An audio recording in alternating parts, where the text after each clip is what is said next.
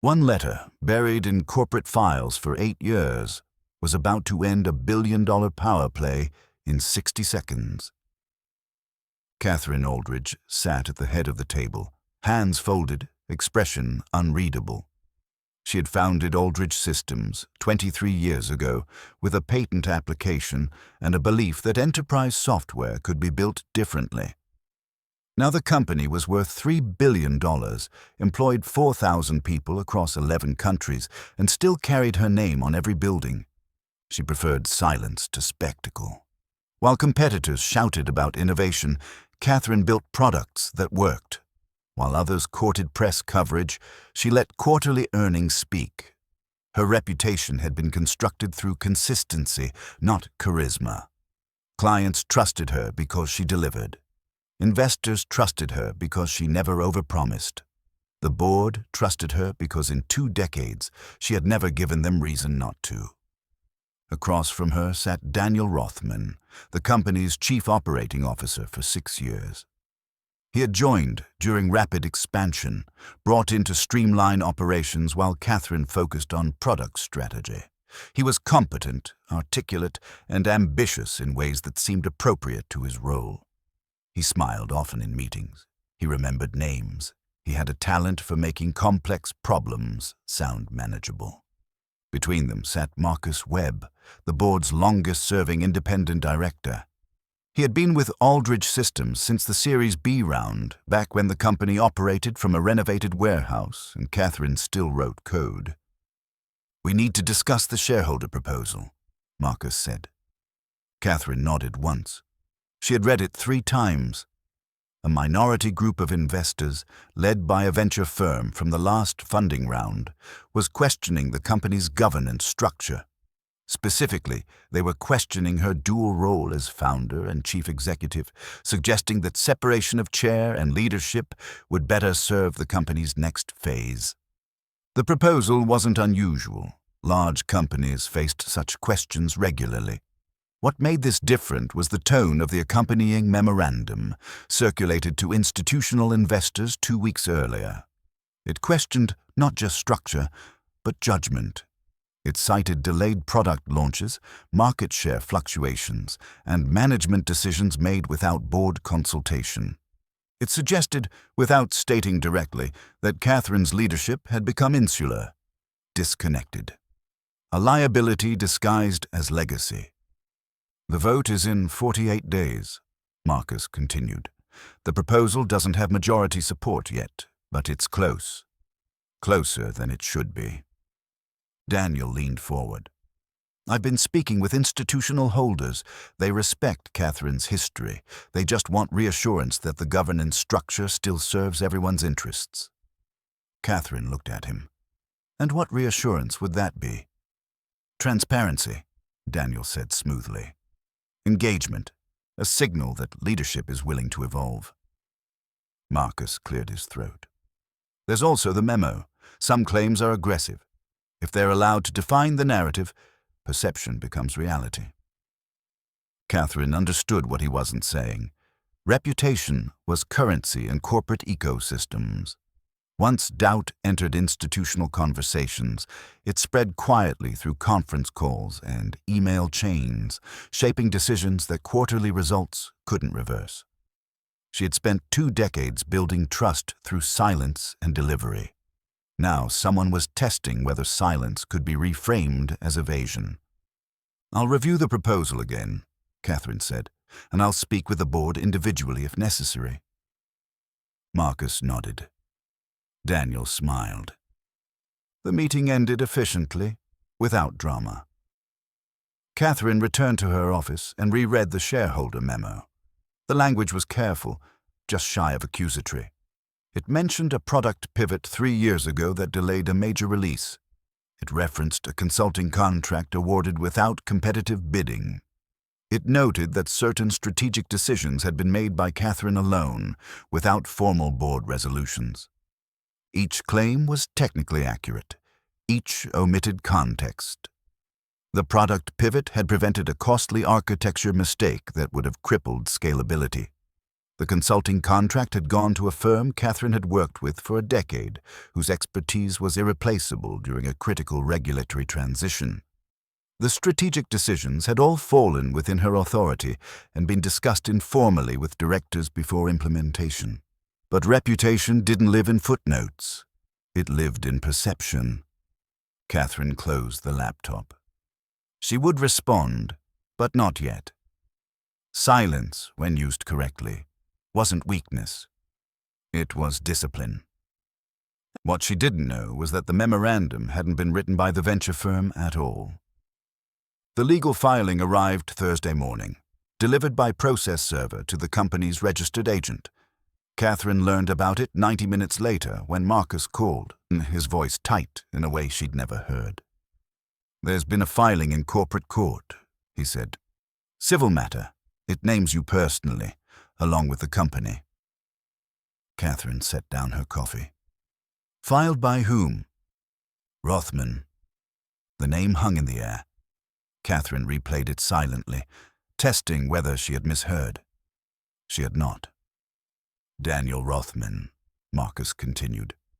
"He's alleging breach of fiduciary duty, misappropriation of corporate opportunity, and improper self-dealing. He's claiming you've used your position to enrich yourself at the company's expense and systematically excluded him from strategic decisions despite his role."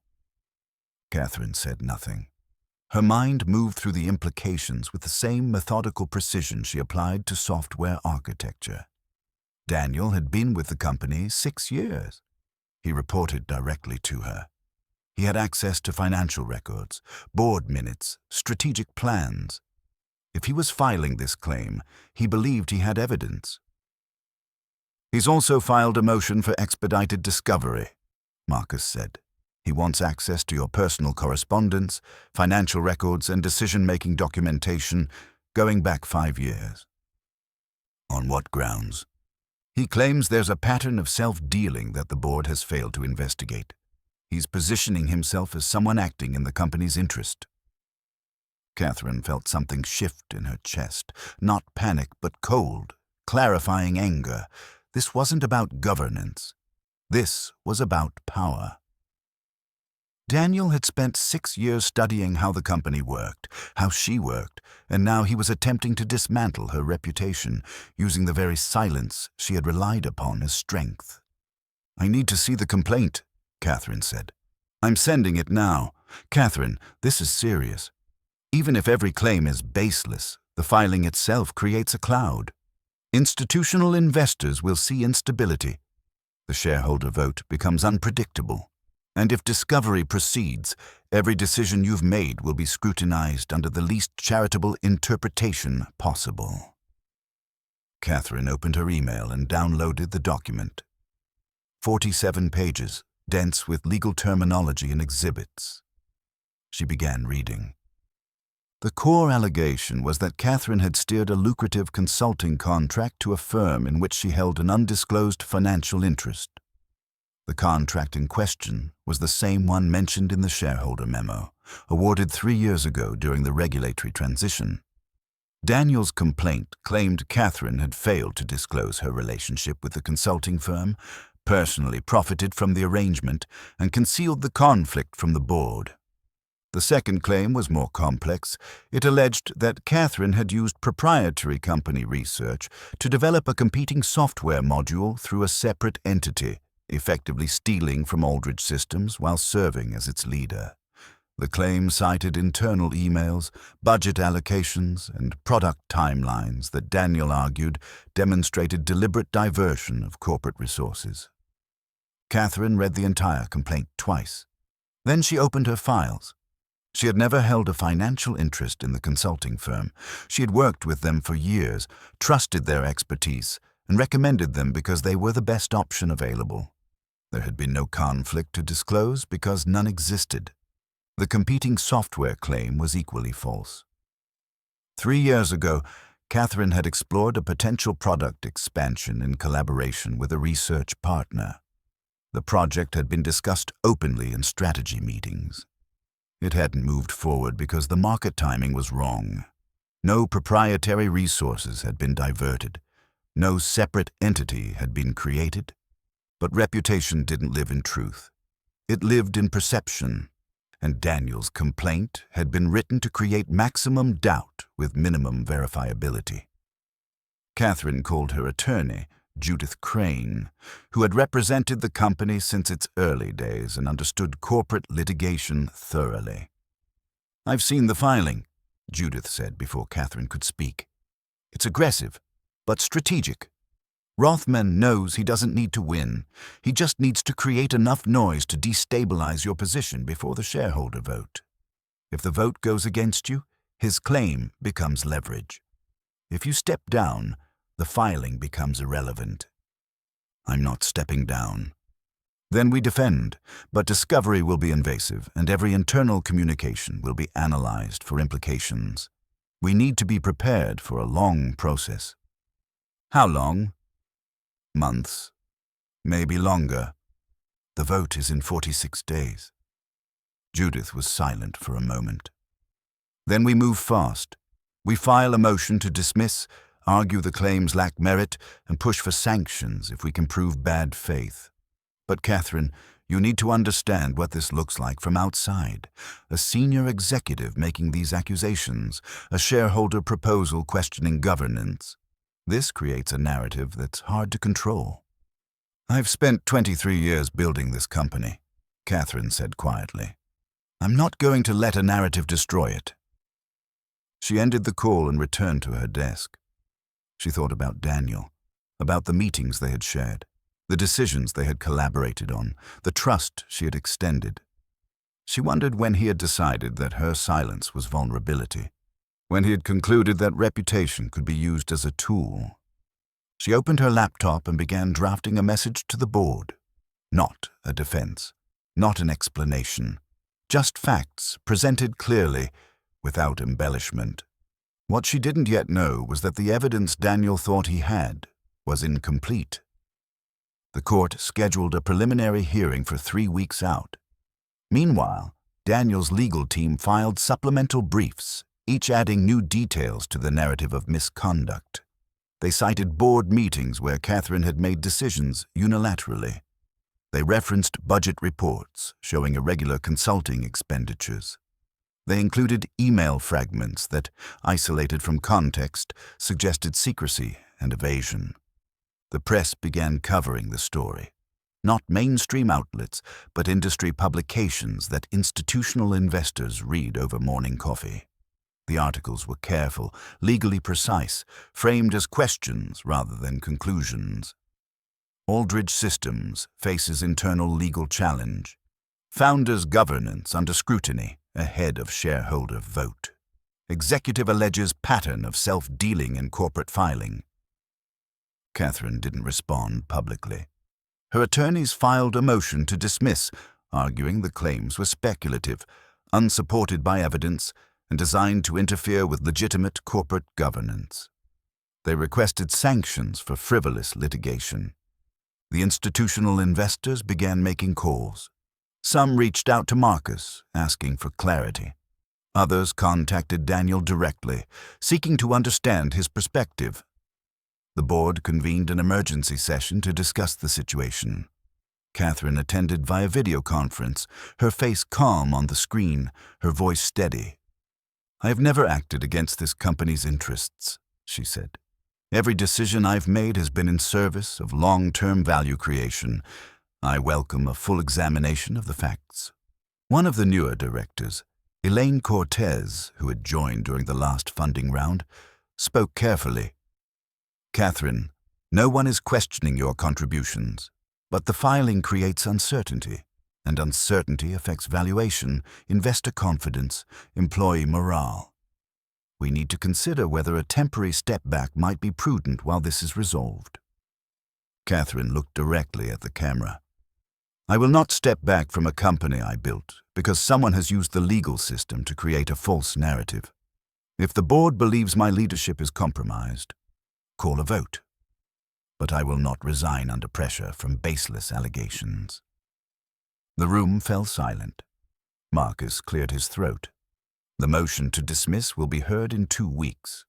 Let's allow the legal process to proceed before making any governance changes. The vote to table further discussion passed narrowly. Catherine ended the call and sat in her office. The building was quiet. Most employees had gone home. Her phone buzzed. A message from Judith. "We need to talk about the discovery motion. They're pushing hard. Judge may grant partial access." Catherine replied. "What are they looking for?" "Everything. Emails, financial records, contracts. They want to build a timeline that shows intent." Catherine set the phone down. She thought about the consulting contract, about the firm she had worked with for over a decade.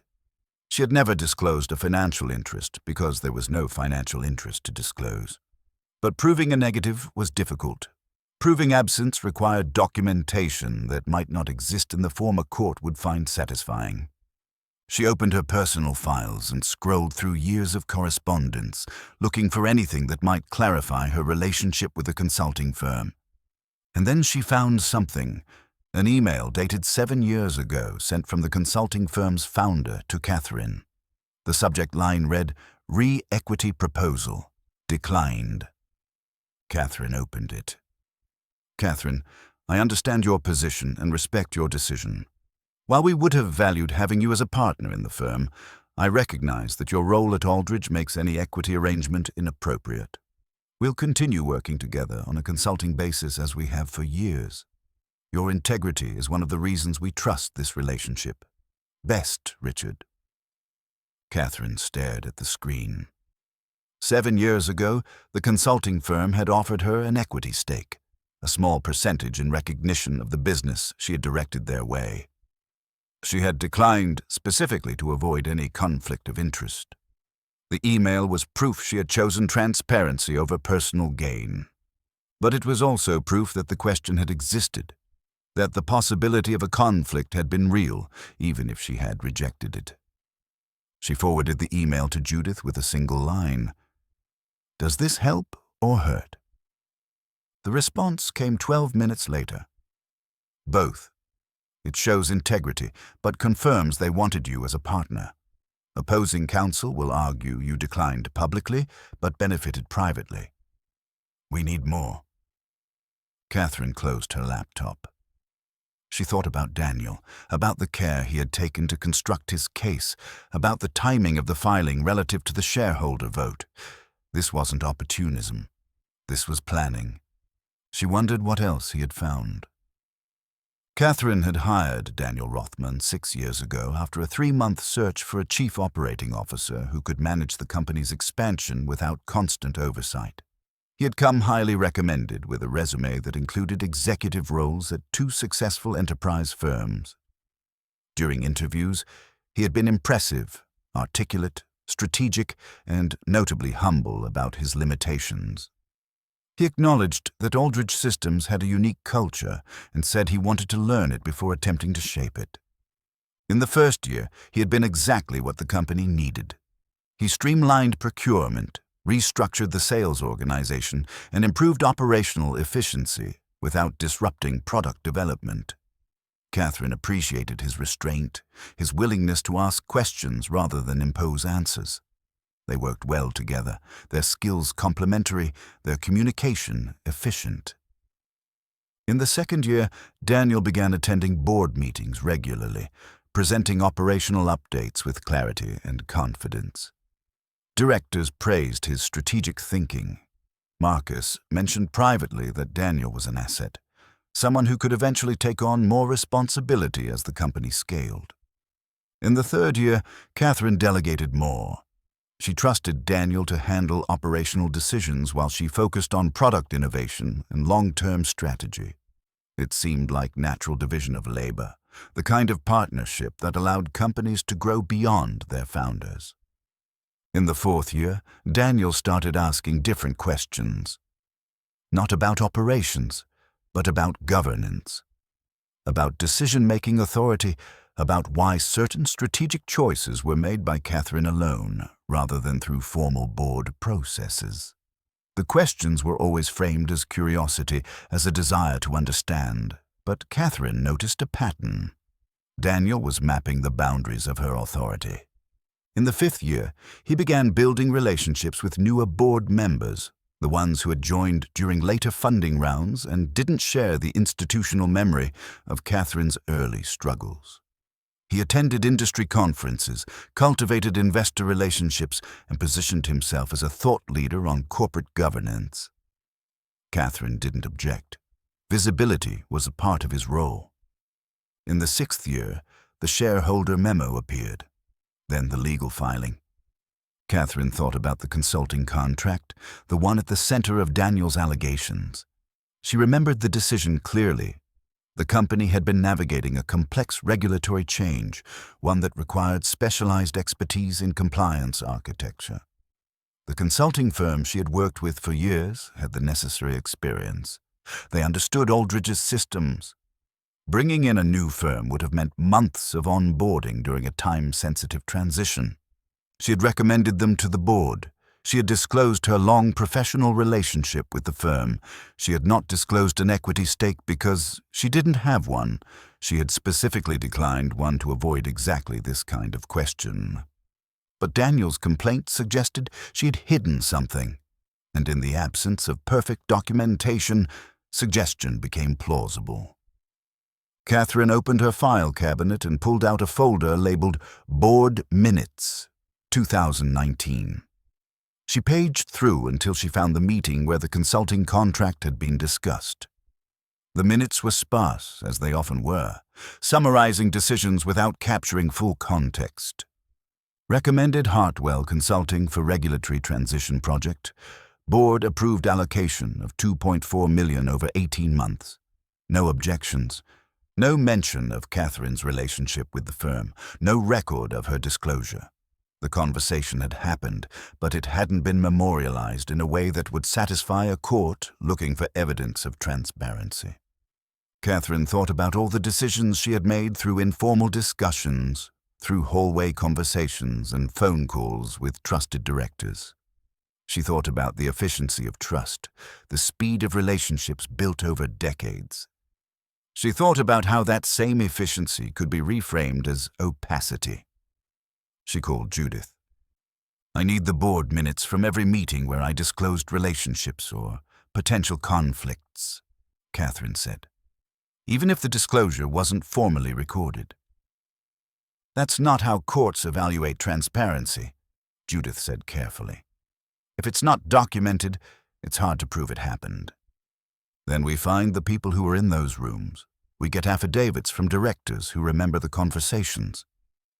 Marcus will help, but newer directors won't remember meetings they didn't attend, and Daniel's team will argue that informal disclosure isn't real disclosure."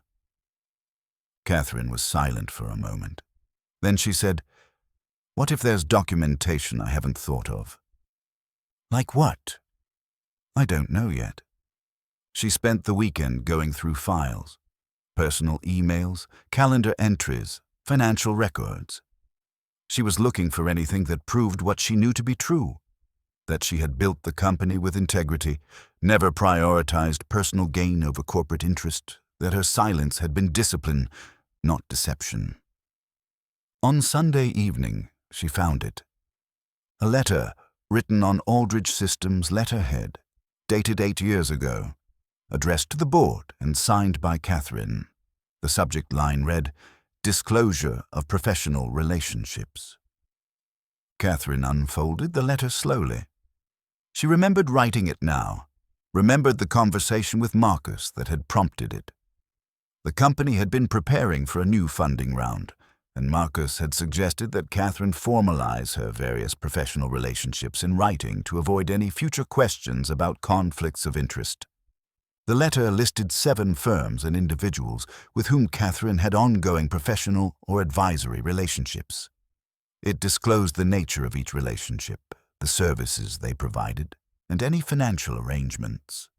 It specifically noted that Catherine held no equity in any external entity and that any future equity offers would be declined or disclosed immediately. Hartwell Consulting was on the list. Catherine scanned the letter and sent it to Judith. 30 minutes later, her phone rang. "This is it," Judith said. This is proof of disclosure. It predates the consulting contract by a year. It shows you were thinking about conflicts before they arose, and it directly contradicts Rothman's claim that you concealed the relationship. Will the court care? If we can prove the board received it, yes. We need to confirm it was distributed and acknowledged. Catherine pulled up her email archive and searched for the date. She found the message. A group email to all directors with the letter attached and 13 replies confirming receipt. She forwarded everything to Judith. "This changes the case," Judith said quietly. "Rothman's entire theory depends on you hiding relationships. If you disclose them proactively, in writing, years before the alleged misconduct, his credibility collapses." Catherine felt something release in her chest, not relief, but a restoration of clarity. She had been telling the truth. Now she could prove it. "We present this at the hearing," Judith said, "and we go after sanctions. He filed based on allegations he should have known were false. That's bad faith." Catherine looked out at her office. "He didn't know the letter existed. That's his problem. He had a duty to investigate before filing." Catherine ended the call and sat quietly. She thought about Daniel, about the care he had taken to construct his narrative, about the assumptions he had made. He had believed her silence was absence of evidence. He hadn't considered that silence might be discipline, that documentation might exist in forms he hadn't thought to search for. Reputation, she thought, wasn't just what people believed. It was what could be proven when belief was tested. The preliminary hearing took place on a cold morning in a courtroom. The judge was a woman in her 60s named Victoria Halstead, known for precision and impatience with theatrics. She had reviewed the briefs, the motion to dismiss, and the supplemental filings. Now she wanted to hear arguments. Daniel's attorney went first, Stuart Brennan, who specialized in corporate litigation and spoke with polished confidence. He outlined Daniel's claims methodically. Undisclosed conflicts, self-dealing, misappropriation of opportunity. He argued that the motion to dismiss should be denied because the allegations, taken as true, established a plausible case of fiduciary breach. "Your Honor, the defendant has operated with minimal board oversight for 2 decades, Brennan said. "While longevity and success are admirable, they don't exempt a leader from transparency requirements. My client has identified a pattern of behavior that warrants full discovery and examination." Judge Halstead listened without expression. Then she turned to Judith. "Ms. Crane, your response?" Judith stood. She placed a folder on the podium and opened it deliberately. "Your Honor, this case isn't about fiduciary duty. It's about timing. It was filed 6 weeks before a shareholder vote, by an executive who stands to benefit if the founder's reputation is damaged. The claims aren't just baseless. They're contradicted by evidence the plaintiff should have discovered before filing." She pulled out the disclosure letter and handed copies to the judge and to Brennan. "This is a letter written by Ms. Aldridge 8 years ago, distributed to the entire board, disclosing all professional relationships, including the consulting firm at the center of Mr. Rothman's allegations. It was acknowledged in writing by every director. It predates the contract in question by a full year." Brennan took the letter, scanned it, and his expression tightened almost imperceptibly. Judith continued. "Mr. Rothman claims Ms. Aldridge concealed her relationship with Hartwell Consulting, but she disclosed it proactively, in writing, years before awarding them any contract. He claims she personally profited from the arrangement, but she declined an equity offer from that same firm 7 years ago, specifically to avoid conflicts of interest. We have the email." She handed over the second document. Judge Halstead read both carefully. Then she looked at Brennan. "Counselor, did you review board records before filing this complaint?" Brennan straightened. "We reviewed available meeting minutes, Your Honor. This disclosure letter wasn't included in the materials we obtained during our preliminary investigation." "Did you ask for it?" "We asked for all relevant governance documents." "And the board's response?" Brennan hesitated. We were told that informal disclosures were standard practice and that formal documentation was limited. Judge Halstead set the letter down. So you filed alleging concealment without confirming whether disclosure had occurred. Your Honor, the burden of disclosure rests with the fiduciary. If the board failed to maintain proper records, the board maintained a signed letter from the leader disclosing professional relationships, the judge said. You didn't find it because you didn't look hard enough. She turned to Judith. You're seeking sanctions? Yes, Your Honor. This case was filed in bad faith, timed to interfere with a shareholder vote, and based on allegations contradicted by readily available evidence. Mr. Rothman is a senior executive. He had access to board records. He chose not to examine them fully before making public accusations that have damaged Ms. Aldridge's reputation and created unnecessary instability for the company. Judge Halstead looked at Daniel, who sat at the plaintiff's table with the same calm expression he had worn in every meeting Catherine had ever attended. He met her gaze without flinching. Mr. Rothman, the judge said, did you personally review board files before authorizing this filing? Daniel stood. Your Honor, I relied on my legal team to conduct appropriate due diligence. That's not what I asked. Daniel was silent for a moment. Then he said, I reviewed meeting minutes and financial records. I did not personally search for disclosure letters. But you were aware that such letters might exist? I was aware that the company had governance procedures. I believed those procedures were inadequate. Judge Halstead leaned back. Believing procedures are inadequate isn't the same as proving misconduct occurred. You've alleged that Ms. Aldridge concealed conflicts and profited improperly. The evidence before me shows she disclosed relationships proactively and declined financial arrangements that might have created conflicts. That's not misconduct. That's integrity. She looked at Brennan. Your motion for expedited discovery is denied. The complaint is dismissed with prejudice. I'm awarding costs and attorney's fees to the defendant. And I'm sanctioning you personally, Mr. Brennan, in the amount of $50,000 for filing a claim without adequate investigation. Brennan's face went pale. Your Honor, we acted in good faith based on... You acted in haste based on assumptions. That's not good faith, that's negligence. She turned to Daniel. Mr. Rothman, you have a duty as an officer of this company. That duty includes investigating facts before making accusations. You failed to do that. This case is dismissed. She struck her gavel once. The courtroom was silent. Catherine sat very still. She felt Judith's hand on her arm, a brief touch of acknowledgement, but she didn't look away from Daniel. He stood at the plaintiff's table, his expression unreadable, and for a moment their eyes met across the space between them. Then he turned and walked out. The shareholder vote took place 4 weeks later. The proposal to separate the roles of chair and leadership was defeated by a significant margin. Institutional investors, having seen the case dismissed and the disclosure letters circulated, concluded that Catherine's governance was sound. Several newer directors who had questioned her leadership issued private apologies. Marcus called to say the board stood unified. Catherine didn't celebrate. She issued a brief statement thanking shareholders for their confidence and reaffirming her commitment to transparency and long-term value creation. Then she returned to work. Daniel Rothman resigned 3 days after the vote.